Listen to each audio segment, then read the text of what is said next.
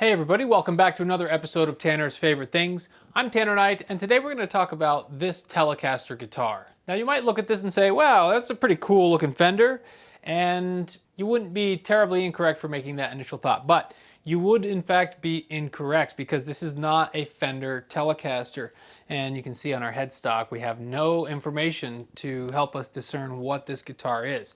But if you flip it over to the back, we get the only branding that you'll find on this entire instrument. It says Chandler Guitars, San Francisco. So in this video, I'm going to challenge what you know about Chandler Guitars. Let's start with the basics. Chandler Guitars is a US guitar builder, parts manufacturer that started in 1980.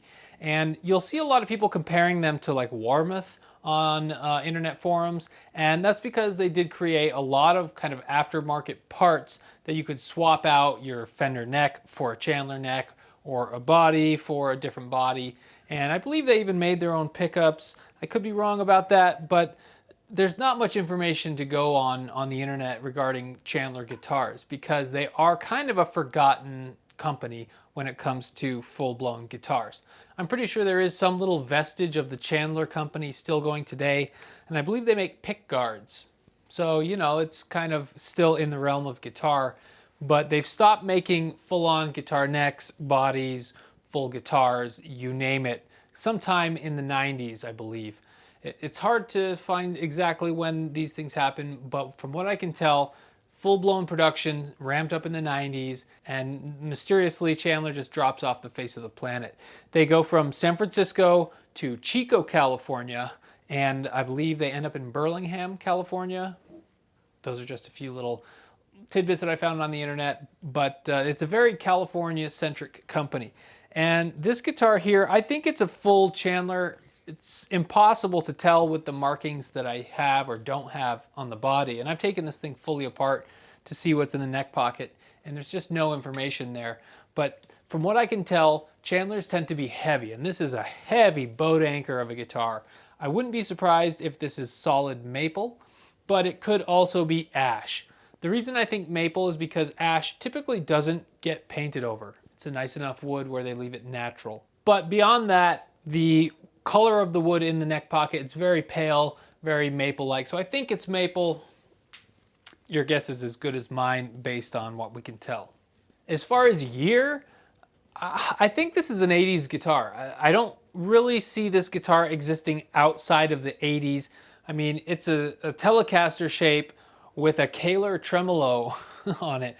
And it's just quirky and weird, and it just doesn't fit on paper, but as a guitar, it's a really fun guitar to play, and I really like it. I'm pretty partial to the Telecaster shape and design just out of the box. I think that Fender really nailed that first design of the Telecaster, and the Strat is always going to be great. The Gibson Les Paul, always going to have a place in my heart. But the Telecaster is just so much for so little, or so much in such a small package. So let's talk about similarities and then differences between this guitar and an actual Fender Telecaster. So let's start with the body. First, we have a double bound body, and it's not like a multi-ply binding or anything, just a single white ply, but it is double bound on the front and the back. So that's not something you see on a Tele Standard, at least. You have to go to the Tele Deluxe to get binding on a Telecaster, and even then, the back is not bound on a Telecaster Deluxe. So having a double bound Tele is something that you usually have to go to Fender Japan to find, or some other kind of just rare version of Tele that is double bound, but we're not here to talk about the obscure. This is obscure enough as is. Beyond the binding on the body, it is a standard Telecaster shape. There's no departure from the shape that would say, oh, this is their take on the Telecaster, or a modernized version, or this or that. It's just straight up, this is a Telecaster, it's a slab, has no comfort cuts whatsoever. It's just hard-edged, hard-slabbing guitar.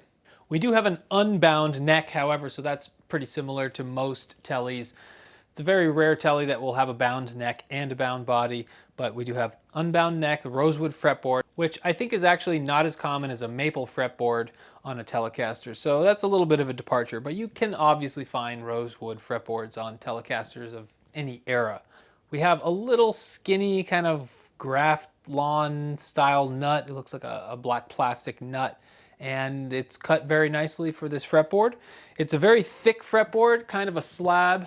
It's not one of those little weenie tops there. It's pretty good thickness. And beyond that, we do have a maple neck, which is very much in line with the Telecaster. And we do have the Telecaster headstock. I'm not sure if they licensed that or if this was made in Japan, which we'll get to in a second.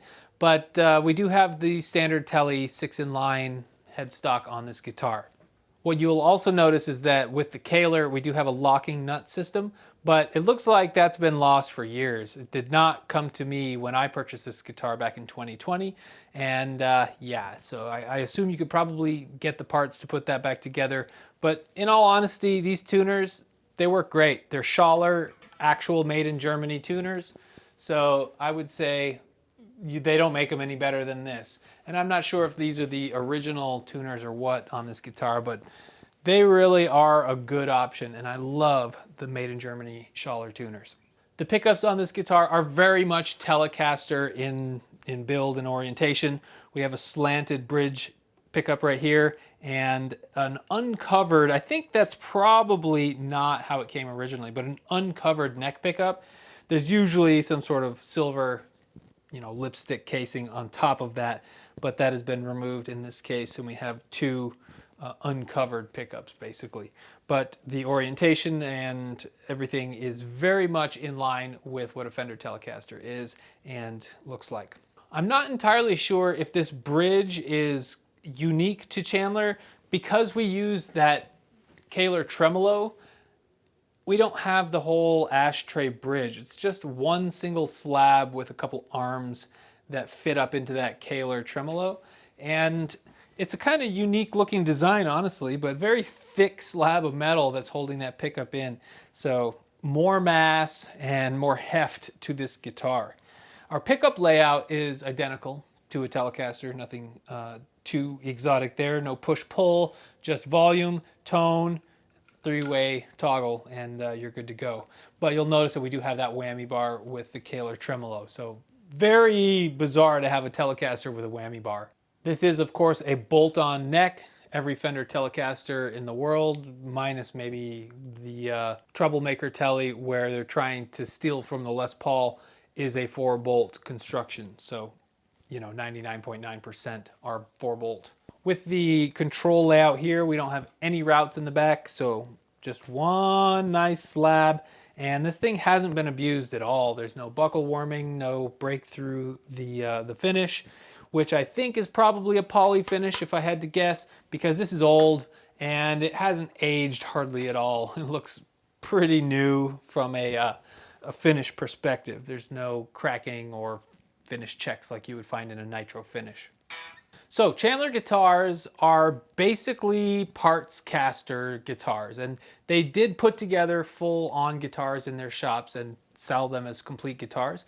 But for the most part, you'll find maybe a Chandler neck out there or an Explorer-shaped body or something like that. And the complete guitars are harder to come by. And I found a lot of information that suggests that a lot of these parts, at least maybe some of the early parts, were made in Japan and imported in. And to me, that's a good thing, because the made in Japan stuff from the 80s is pretty much across the board better than the US stuff of the same era.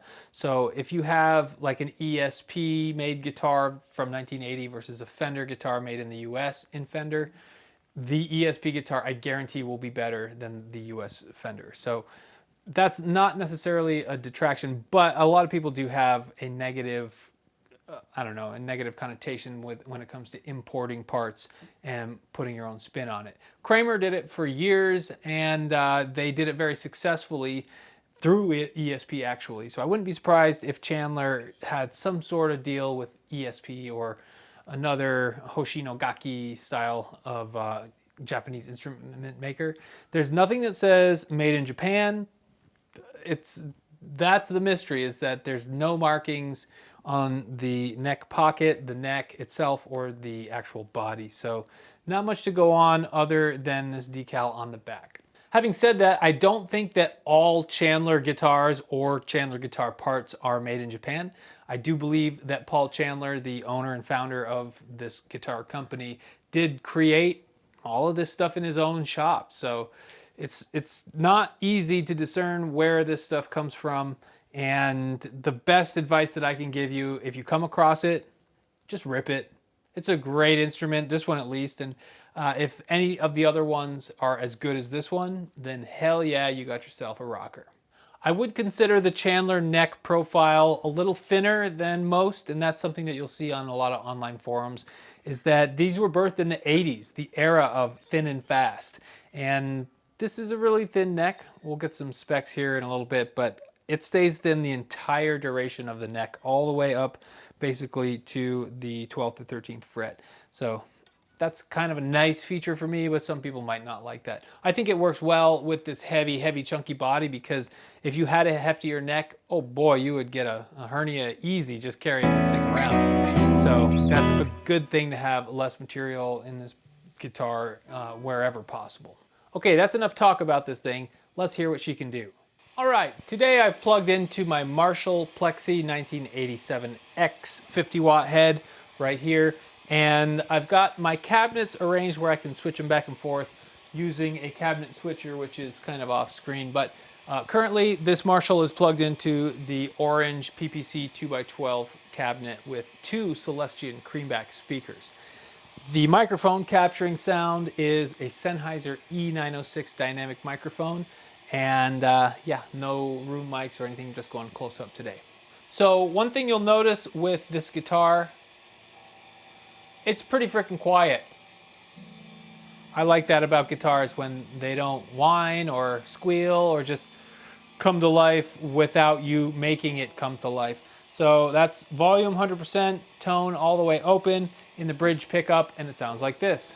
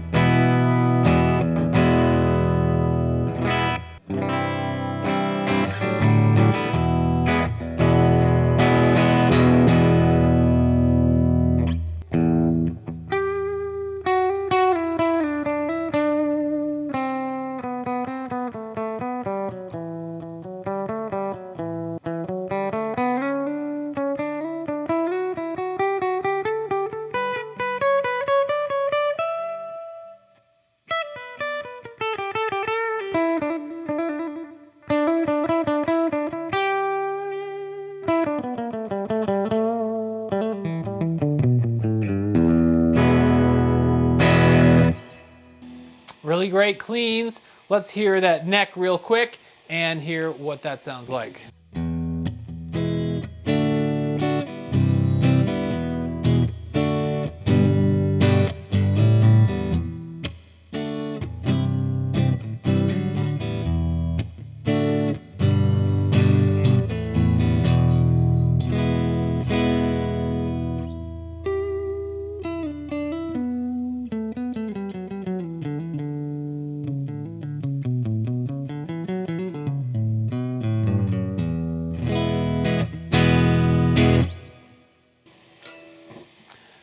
Very pretty neck tone, but as is usually the case, I stick it in the bridge and don't move it from that position unless I really have to.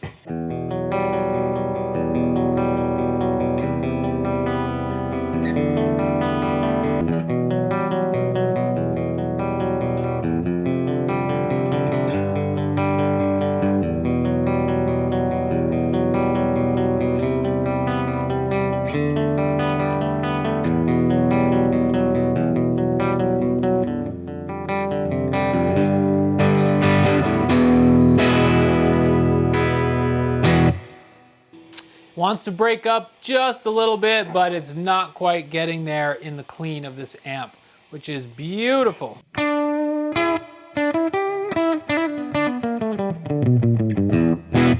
So plenty of cleans and a lot of headroom to go.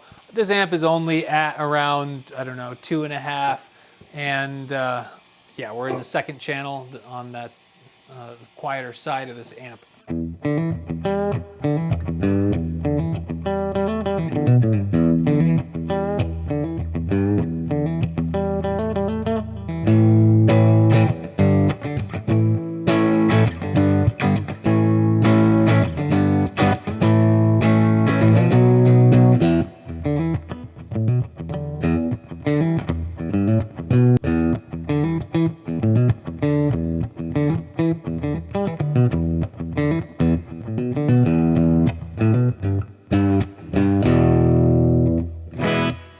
Let's hear this with a little dirt. Let's go to the Tube Screamer first.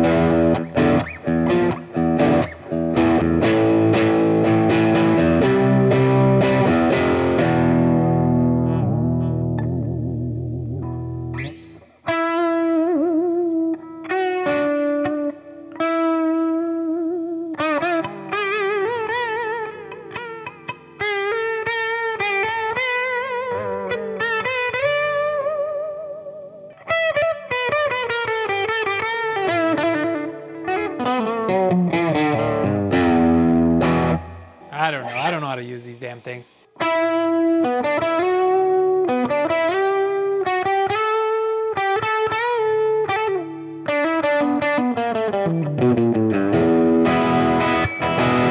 Really great rhythm tones. That's perfect for this guitar. Let's see if we can bump up the scale of gain and go to the JHS Nauticlon next.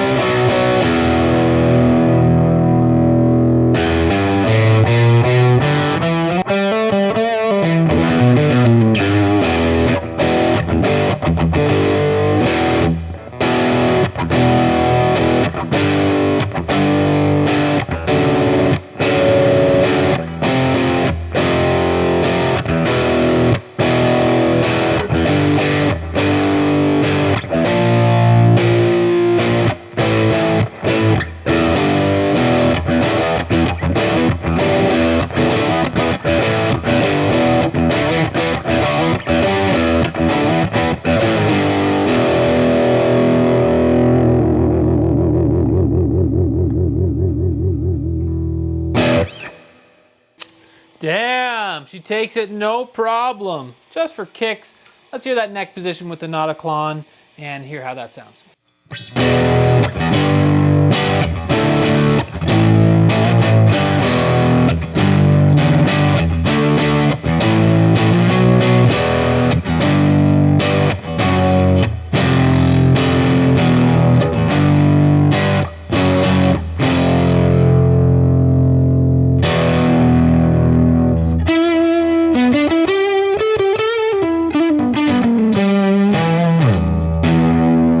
Yeah, it's got that nice throatier telly sound with the crunch, so that's great that you get that in the neck with the bridge just being a straight fire breather.